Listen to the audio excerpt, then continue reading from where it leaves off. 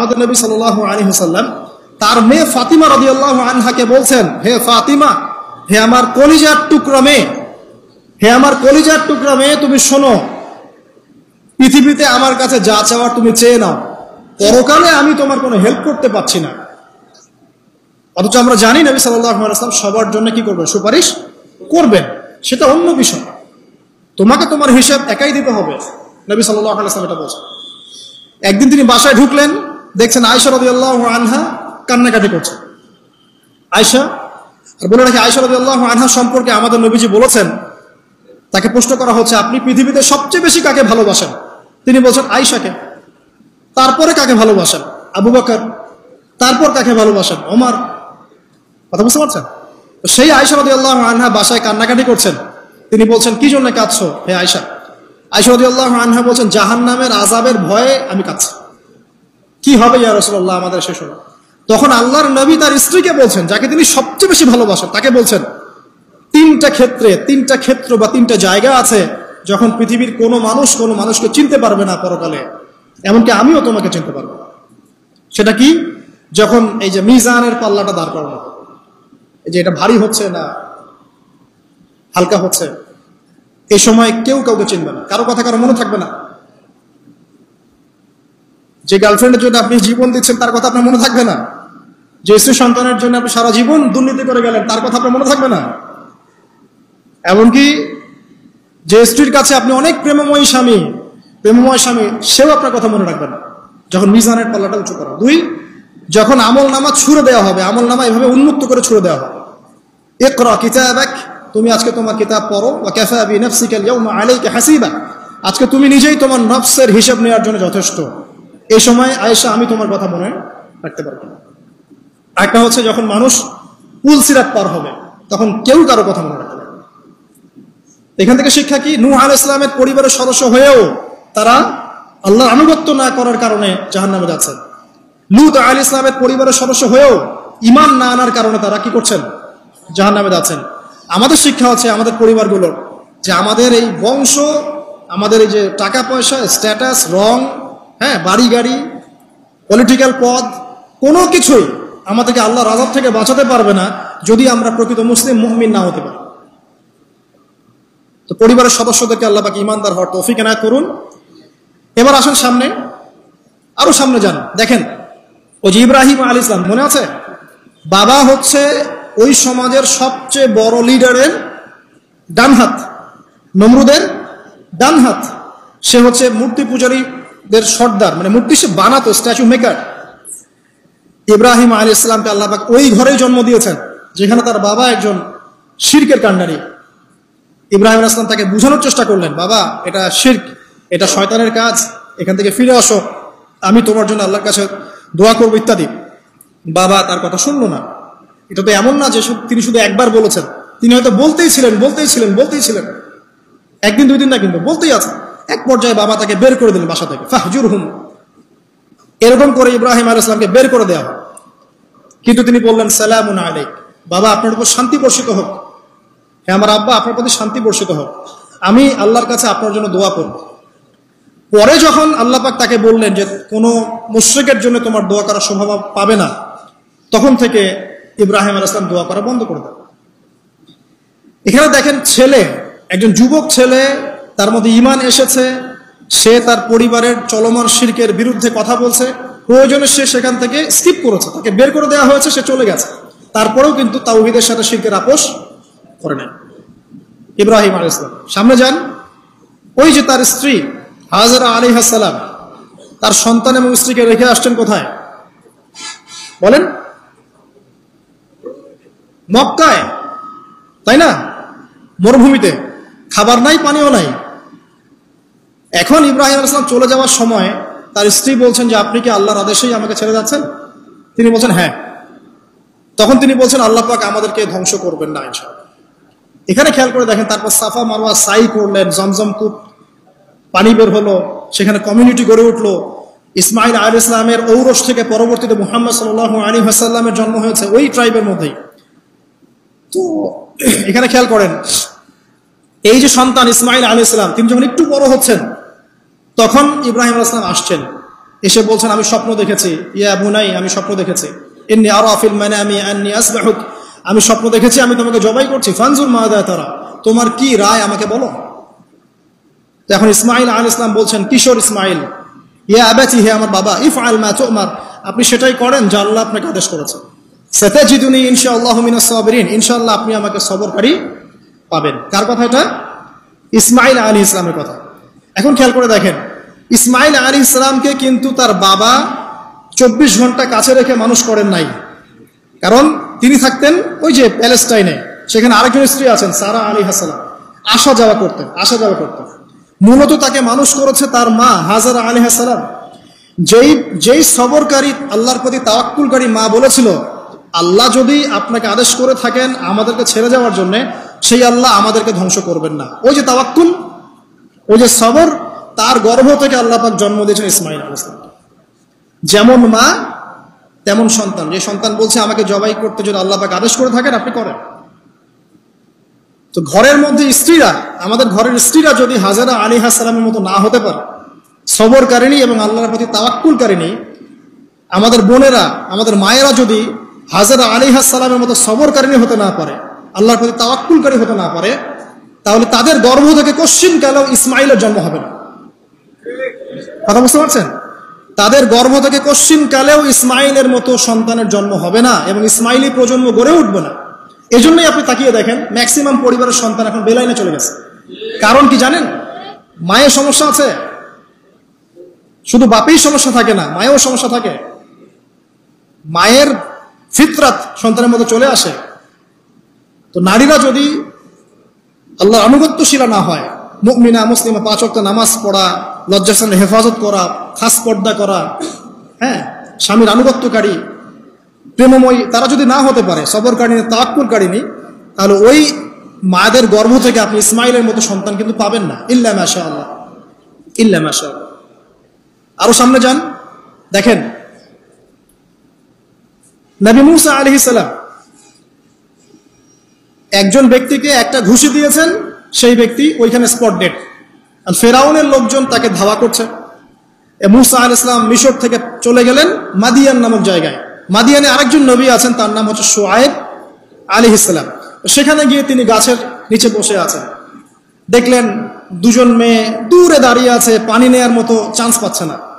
ওই কওমের লোকজনের শক্তি বেশি, তো তিনি একটু শক্তিশালী ছিলেন মুসা আলাইহিস সালাম। তিনি গেলেন, গিয়ে শক্তি খাটিয়ে ওদেরকে পানির ব্যবস্থা করে দিলেন।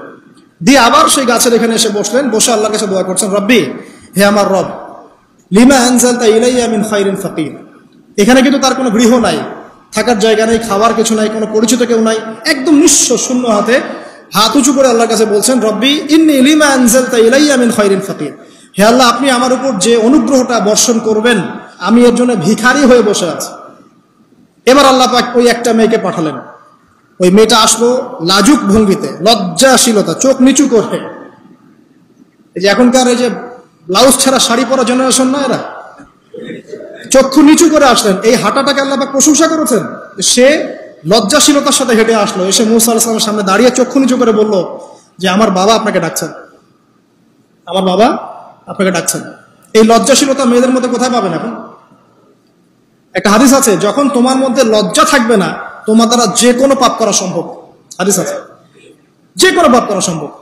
বিকিনি পরেও কয়দিন পর ঘুরবে এরা, আমি বলে দিচ্ছি, দেখে নিন ইনশাআল্লাহ। এবং এই আন্দোলন করতে করতে এক পর্যায়ে এমন একটা অবস্থা হবে, দেখবেন যে ওটা পরেও রাস্তায় ঘুরছে। মানে ওরা দেশটাকে ওই আমেরিকান এবং ব্রিটেনদের পশ্চিমা সংস্কৃতির রঙে সাজাতে চায়। আর এই নোংরা অসভ্যতার নাম দিয়েছে প্রগতিশীলতা। শয়তান অনেক বেশি প্রগতিশীল ছিল এবং এখন আছেও। ওই মেয়ের হেঁটে আসাটাকে আল্লাহ প্রশংসা করছেন। আসার পরে তিনি যখন বলছেন আমার বাবা আপনাকে ডাকছেন, তিনি গেলেন, তখন ওই শুআয়ব আলাইহিস সালাম বলছেন যে আমার এই দুই মেয়ের মধ্যে একজনকে আমি তোমার সাথে বিয়ে দিতে চাই। মুসা আলাইহিস সালাম সেখানে বিয়ে করলেন। শর্ত হচ্ছে 8 থেকে 10 বছর তাকে তার ফার্মে চাকরি করতে হবে, কৃষিকাজ, মানে গবাদি পশুর এখানে 8 থেকে 10 বছর তাকে সার্ভিস দিতে হবে, এটাই মোহর। তো এটা আমি এখন বুঝি যে মূসা আলাইহিস সালামকে আল্লাহ পাক এই যে রাখালির কাজ করিয়েছেন কেন জানেন? কারণ এই কাজগুলো মানুষের ধৈর্য বাড়ায়। মূসা আলাইহিস সালামকে পরে আল্লাহ পাক বড় একটা দায়িত্ব দিবেন, এই কারণে তাকে ট্রেনিং দিচ্ছেন এখানে। তাকে আরো বড় একটা জাতিকে সামলাতে হবে যারা আরো অনেক বেশি উদ্ধত, অনেক বেশি গবাদি পশুর মতো। তারা কারা? ওই যে বনু ইসরাইল। চোখের সামনে দেখলো আল্লাহ পাক ফিরআউনকে ডুবিয়ে দিলেন, তারপর 40 দিনের মধ্যে আবার শিরক করা শুরু করে দিল।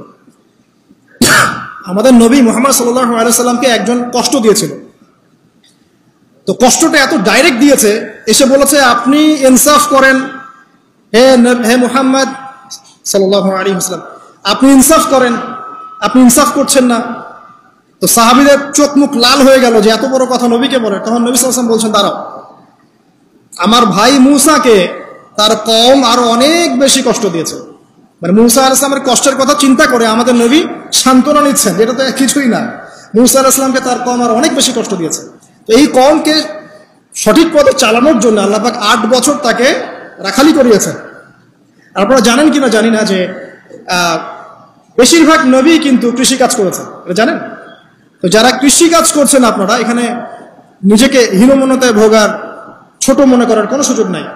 আপনি একটা নোবেল প্রফেশনের মধ্যে আছেন, খাঁটি প্রফেশনের মধ্যে আছেন, ঠিক আছে? তো দেখেন, এবার মূসা আলাইহিস সালাম একজন ভালো গার্ডিয়ান পেলেন, তার নাম শুআয়ব আলাইহিস সালাম। সেখানে বাড়ি পেলেন, সেখানকার জামাই, তিনি চাকরি করছেন, মানে তার সবকিছুই অনুকূলে। ওই যে দোয়া কিন্তু কবুল হয়ে গেল। সতী পুত পবিত্র একটা মেয়ে আল্লাহ পাক তাকে দিয়ে দিলেন। কারণ মূসা আলাইহিস সালাম ছিলেন অনেস্ট, মূসা আলাইহিস সালাম ছিলেন একটা সৎ ব্যক্তি, অনেস্ট, যিনি কখনো অশ্লীল কোনো পথে পা বাড়ান নাই। ঠিক তেমন একজন মেয়েকে আল্লাহ পাক তার জীবন সঙ্গিনী করে দিলেন।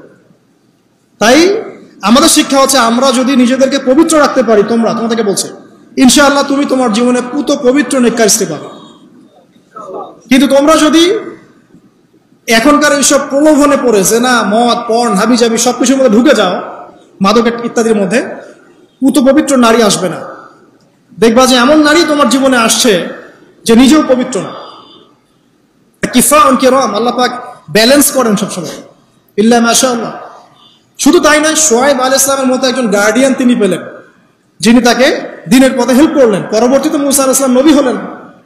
এখান থেকে একটা প্রমাণ আছে, দলিল, সেটা হলো বাড়ির গার্ডিয়ান যদি দিনদার হয়, শুআয়ব আলাইহিস সালামের মতো সাপোর্টিং হয়, পরিবারবর্গকে দ্বীনের জন্য সাপোর্ট করছে, সেই পরিবারের মধ্যে শান্তি আসবে ইনশাআল্লাহ।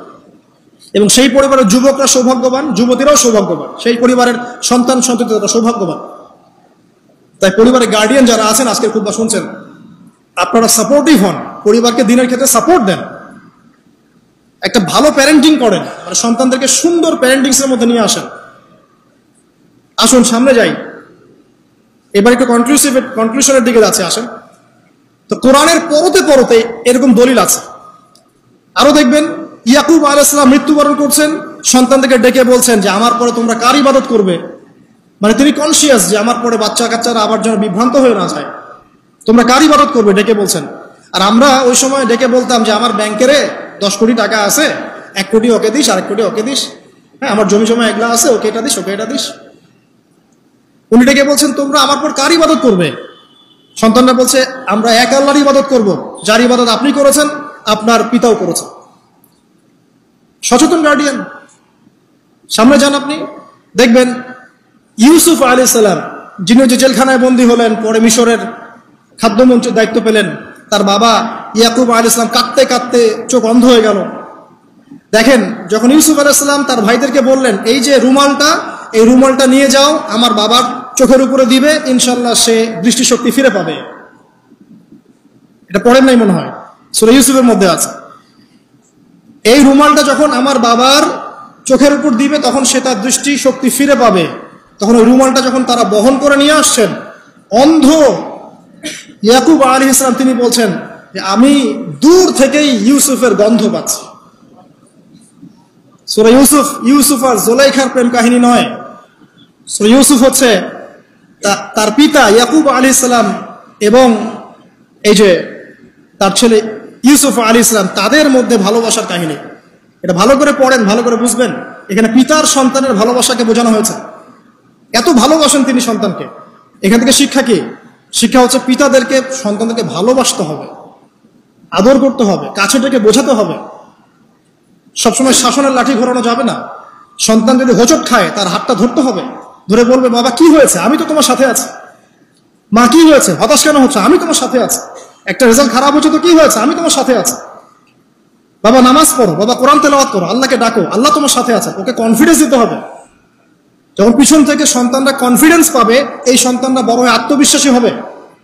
আর পিছন থেকে যখন আপনি তাকে সবসময় শাসন করতে থাকবেন, জুলুম করতে থাকবেন, এ বড় হয়ে আপনাকে বৃদ্ধাশ্রমে পাঠাবে না তো কোথায় পাঠাবে? সন্তানকে ভালোবাসতে হবে। এটা বলে রাখি, এখানে দেশে আবার 30টা বৃদ্ধাশ্রমও আছে। ইসলামে বৃদ্ধাশ্রমের কোনো জায়গা নাই। আর এখন আমি চলমান একটা পত্রিকা রিপোর্ট দেখলাম গুগলে, নাম করা পত্রিকা, নাম বলছি না। তারা বলছে এখন বৃদ্ধাশ্রম সময়ের দাবি, বৃদ্ধাশ্রম এখন সময়ের দাবি, নাউজুবিল্লাহ। আর ইসলাম বলছে সবচেয়ে সেরা অধিকার দিবে মাকে, তারপরে মাকে, তারপরে মাকে, তারপর বাবাকে। মায়ের পায়ের নিচে জান্নাত, বাবার সন্তুষ্টিতে আল্লাহর সন্তুষ্টি, এগুলো ইসলাম বলছে। আর এখনকার সভ্যতা আমাদেরকে বলছে যে বৃদ্ধাশ্রম এখন সময়ের দাবি। ইউসুফ আলাইহিস সালামকে যেভাবে ভালোবাসতেন তার বাবা, সন্তানকে ভালোবাসো। আমাদের নবী মুহাম্মদ সাল্লাল্লাহু আলাইহি সাল্লাম মানুষকে যত ভালোবাসতেন, এর কারণ কি জানেন? ছোটবেলা থেকেই তাকে খুব ভালোবাসা দিয়ে মানুষ করা হয়েছে। তার মা তাকে ভালোবাসতেন, তার দুধ মা তাকে ভালোবাসতেন, তার দাদা আব্দুল মুত্তালিব তাকে সাথে করে নিয়ে ঘুরতেন, কাবার সামনে বসাতেন, বসিয়ে বলতেন তার নাম হচ্ছে মুহাম্মদ, প্রশংসিত। এই নামটা তখন আরবে কেউ রাখতো না।